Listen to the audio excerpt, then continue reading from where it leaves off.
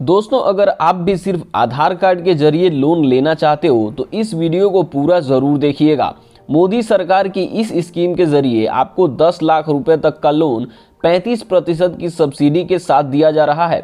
दोस्तों, ये लोन सबको दिया जाएगा, चाहे वो किसान हो, व्यापारी हो या फिर कोई छात्र ही क्यों न हो। तो अगर आप इस स्कीम के तहत 10 लाख रुपए का लोन लेते हो तो आपको 3.5 लाख रुपए तक का छूट मिल सकता है। तो चलिए सीधा हम लोग कंप्यूटर स्क्रीन पर चलते हैं और इस योजना में आवेदन करने की पूरी प्रक्रिया जान लेते हैं। लेकिन उससे पहले मैं एक बात बता दूं कि आप लोग इस वीडियो को पूरा जरूर देखिएगा, क्योंकि कहीं ऐसा ना हो कि आप लोग कोई इंपॉर्टेंट जानकारी छोड़ दें और आपका लोन जो है वो अप्रूव ही ना हो।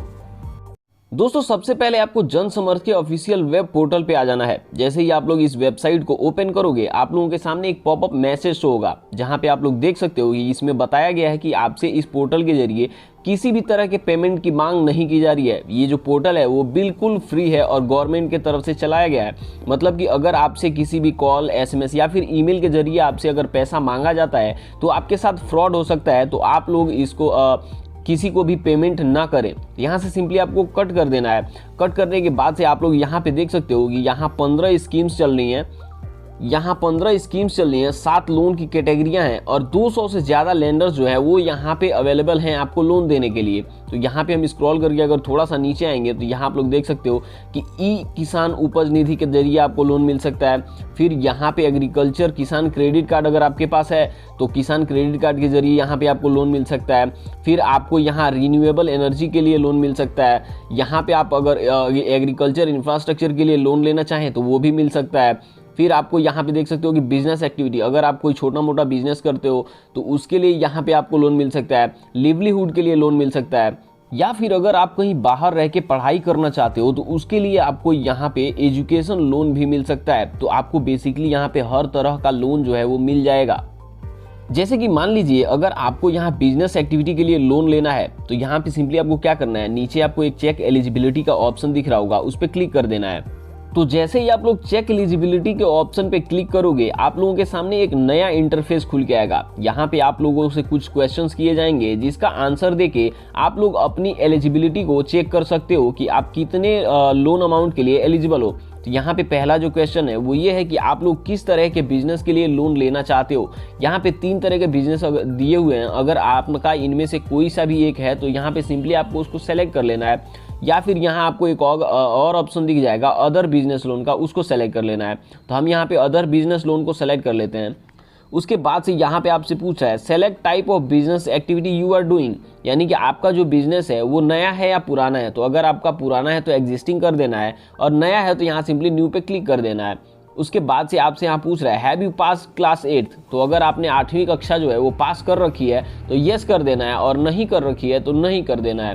तो यहाँ पे आपसे आगे पूछ रहा है कि have you undergone EDP training, आपकी अगर EDP ट्रेनिंग जो है वो अगर हुई है तो यस कर देना है, और नहीं हुई है तो नो कर देना है। उसके बाद से आपसे पूछ रहा है select nature of your business, आपके बिजनेस का नेचर कैसा है, मतलब मैन्युफैक्चरिंग का है या सर्विस का है या फिर ट्रेडिंग का है।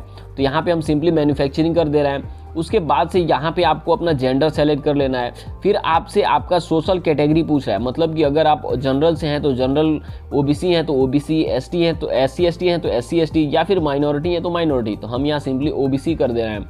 उसके बाद यहाँ आपसे पूछ रहा है कि are you ex serviceman or physically handicap, मतलब कि अगर आप एक्स सर्विसमैन हो या फिर फिजिकली हैंडीकैप हो तो आपको यस कर देना है, और दोनों में से कुछ नहीं हो तो नो कर देना है। तो हम लोग सिंपली यहाँ पे नो कर दे रहे हैं।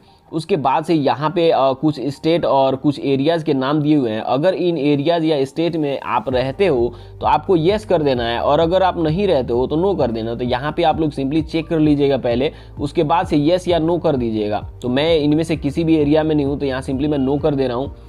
उसके बाद यहाँ पे आपका लोकेशन पूछ रहा है सेलेक्ट योर लोकेशन, तो अगर आप शहरी क्षेत्र से बिलोंग करते हो तो यस कर दे, शहरी क्षेत्र से बिलोंग करते हो तो अर्बन कर देना है। अगर आप ग्रामीण क्षेत्र से बिलोंग करते हो तो आपको रूरल कर देना है। उसके बाद से यहाँ पे select type of applicant beneficiary, तो यहाँ पे सिंपली आपको सेलेक्ट के ऑप्शन पे जाना है और यहाँ पे इंडिविजुअल कर देना है। उसके बाद से यहाँ पे आपसे पूछ रहा है इंटर एस्टिमेटेड प्रोजेक्ट कॉस्ट, आपके प्रोजेक्ट का जो टोटल कॉस्ट है वो कितना है, तो वो यहाँ पे आपको फिल कर देना है। और उसके बाद से यहाँ पे आपसे पूछ रहा है enter the amount you plan to invest from your own source, जैसे कि मान लीजिए अगर आपका प्रोजेक्ट का जो कॉस्ट है वो अगर 20 लाख रुपए का है तो आप उसमें कितना इन्वेस्ट कर रहे हो वो यहाँ पे आपको फिल कर देना है। जैसे कि मान लीजिए हमारे प्रोजेक्ट का जो टोटल कॉस्ट है वो 10 लाख रुपया है और हमारे पास जो टोटल अमाउंट है इसमें इन्वेस्ट करने के लिए वो सिर्फ 4 लाख रुपया है और हमें 6 लाख रुपए के लोन अमाउंट की ज़रूरत है। तो यहाँ पे आप लोग देख सकते हो रिक्वायर्ड लोन अमाउंट जो है वो 6 लाख रुपया है। अब सारा डाटा फिल करने के बाद आपको यहाँ पे सिंपली कैलकुलेट एलिजिबिलिटी पे क्लिक कर देना है और जैसे ही आप लोग कैलकुलेट एलिजिबिलिटी पे क्लिक करोगे आप लोगों के सामने एक नया इंटरफेस खुल के आएगा जिसमें आपको पता चल जाएगा कि आप लोग कितने लोन अमाउंट के लिए एलिजिबल हो। तो यहाँ पे आप लोग देख सकते हो कि यहाँ मैं PMEGP के तहत 6 लाख रुपए के लोन अमाउंट के लिए एलिजिबल हूँ और साथ में मुझे यहाँ पे 2.5 लाख रुपए का सब्सिडी मिल रहा है, 15 साल का जो ड्यूरेशन मिल रहा है लोन को रीपे करने का और फिर यहाँ पे मंथली EMI जो है वो मेरा 6,090 रुपये का बन रहा है। अब यहाँ से आगे आपको क्या करना है, तो आगे यहाँ पे आपको सिंपली एक ऑप्शन दिख रहा होगा यहाँ पे लॉग इनटू अप्लाई का, तो सिंपली आपको यहाँ पे क्लिक कर देना है। जैसे ही आप लोग लॉग इनटू अप्लाई के ऑप्शन पे क्लिक करोगे आप लोगों के सामने एक नया इंटरफेस खुल के आएगा जहां पे आप लोगों को अपने मोबाइल नंबर से यहां रजिस्टर करना होगा। तो यहां पे सिंपली आपको अपना मोबाइल नंबर फिल करना है और यहां पे ऊपर वाला कैप्चा फिल करना है। उसके बाद से यहां पे आपको टिक कर देना है और टिक करने के बाद आपके सामने एक नया इंटरफेस खुलेगा जिसको आपको सिंपली स्क्रॉल करके नीचे आना है और यहाँ नेक्स्ट कर देना है। फिर टर्म्स एंड कंडीशन को भी स्क्रॉल करके नीचे आना है और नेक्स्ट कर देना है। उसके बाद से यहाँ पे जब आप डिस्क्लेमर में आओगे तो यहाँ पे आपको सिंपली टिक करना है और उसके बाद स्क्रॉल करके नीचे आके अग्री पे क्लिक कर देना है। तो जैसे यहाँ पे आप अग्री पे क्लिक करोगे यहाँ टिक हो जाएगा और सारा मोबाइल नंबर और कैप्चा फिल करने के बाद आपको गेट OTP पे क्लिक कर देना है। तो जैसे ही आप लोग मोबाइल नंबर जो है वो डाल के यहाँ पे सेंड OTP पे क्लिक करोगे तो आप लोगों के मोबाइल नंबर पे एक OTP भेजा जाएगा जिसको आपको यहाँ पे फिल करना है। तो जैसे ही आप लोगों का मोबाइल नंबर जो है वो रजिस्टर हो जाएगा आप लोगों के सामने एक नया इंटरफेस खुल के आएगा। यहाँ पे आप लोग देख सकते हो कि पहले तो मुझे सिर्फ 2 स्कीम्स के तहत लोन मिल रहा था लेकिन अब यहाँ पे मुझे 3 स्कीम्स के तहत लोन मिल रहा है। लेकिन हमें PMEGP के तहत लोन उठाना है तो यहाँ सिंपली PMEGP के ऑप्शन पे आते हैं और यहाँ पे प्रोसीड के ऑप्शन पे क्लिक कर देते हैं। तो जैसे ही हम लोग प्रोसीड के ऑप्शन पे क्लिक करते हैं हम लोगों के सामने ये सारा डिटेल खुल के आ जाता है जो हम लोगों ने एलिजिबिलिटी चेक करने के लिए भरा था। तो यहाँ पे अगर आपका कुछ गलत हो गया है तो सिंपली आप यहाँ से एडिट कर सकते हो या फिर अगर एक बार कंटिन्यू हो गया तो उसके बाद से आप लोग इसको बाद में एडिट नहीं कर सकते हो। तो यहाँ पे पूरा आपको मिला लेना है और उसके बाद से यहाँ पे सिंपली आपको कंटिन्यू के बटन पे क्लिक कर देना है। तो जैसे ही आप लोग कंटिन्यू के बटन पे क्लिक करोगे आप लोगों के सामने एक पॉपअप मैसेज शो होगा जहां पे आपको सिंपली यहाँ प्रोसीड के ऑप्शन पे क्लिक कर देना है। तो जैसे ही आप लोग प्रोसीड के ऑप्शन पे क्लिक करोगे आप लोग जन समर्थ के ऑफिशियल वेबसाइट से लॉग आउट होके PMEGP के ऑफिशियल वेबसाइट पे आ जाओगे। यहाँ पे आप लोगों को सिंपली क्या करना है, यहाँ आपको एक ऑप्शन दिख रहा होगा एप्लीकेशन फॉर न्यू यूनिट का, तो यहाँ पे आपको सिंपली अप्लाई के बटन पे क्लिक कर देना है। जैसे ही आप लोग अप्लाई के बटन पे क्लिक करोगे आप लोगों के सामने एक नया इंटरफेस खुल के आएगा। अब यहाँ पे आपको क्या करना है कि आपके लोन से रिलेटेड जो पर्सनल इन्फॉर्मेशन है उससे रिलेटेड आपको एक फॉर्म दिया जाएगा जिसको आपको यहाँ पे फिल करना है। तो इस फॉर्म को फिल करने के बाद यहाँ पे आपको सेव एप्लीकेंट डाटा पे क्लिक कर देना है।